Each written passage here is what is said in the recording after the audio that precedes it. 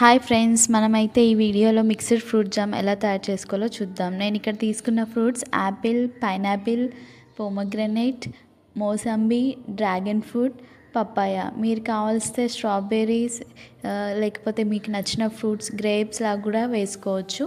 నేనైతే ఇక్కడ మాత్రం ఇవే ఫ్రూట్స్ తీసుకున్నాను.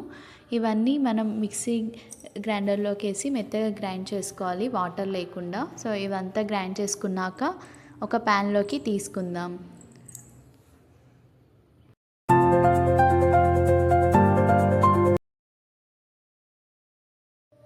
మిక్సీ వేసిందంతా ప్యాన్లోకి తీసుకున్నాక స్టవ్ వెలిగించి ప్యాన్ని పెట్టేసి ఒకసారి మొత్తం కలపాలి. కలిపినాక దీంట్లోకి షుగర్ ఆర్ బెల్లంని యాడ్ చేయొచ్చు. నేనైతే ఇక్కడ ఒక కప్పు బెల్లంని తీసుకొని యాడ్ చేస్తున్నాను. అదంతా బాగా కలపండి.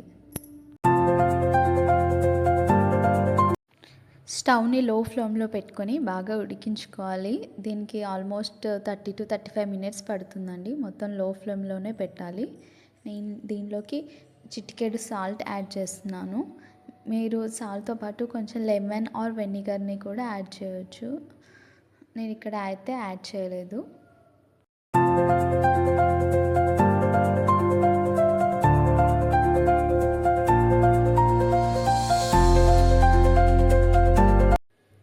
మధ్యలో మనం కలుపుతూ ఉండాలి, లేకపోతే ప్యాన్కి స్టిక్ అవుతుంటుంది. అలా కలుపుతున్నప్పుడు కాసేపు అయ్యాక మనం టెక్స్చర్ని చెక్ చేసుకోవచ్చు, మనకి ఇంకా జామ్ టెక్స్చర్ వచ్చిందా లేదా అని. సో నేను ఒక కప్లోకి వేసుకొని చూశాను, ఇంకా రాలేదు, ఇంకా వాటర్ ఇలానే ఉంది. సో ఇంకాసేపు బాగా లో ఫ్లేమ్లోనే ఉడికించాలి.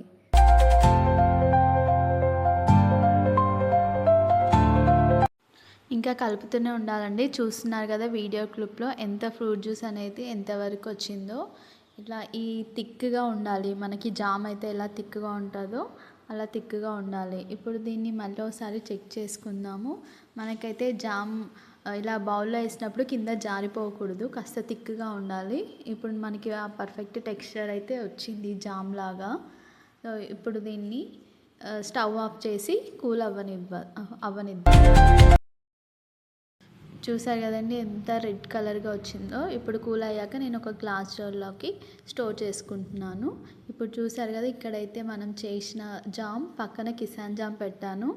ఆల్మోస్ట్ రెండు సేమ్ లానే ఉన్నాయండి. సో ఇంతే, చాలా ఈజీగా మీ ఇంట్లో కూడా ఫ్రూట్స్ ఉన్నప్పుడు ఇలా మిక్స్డ్ ఫ్రూట్ జామ్ చేసుకోవచ్చు. మీకు ఈ వీడియో కనుక నచ్చినట్లయితే please like, share and subscribe.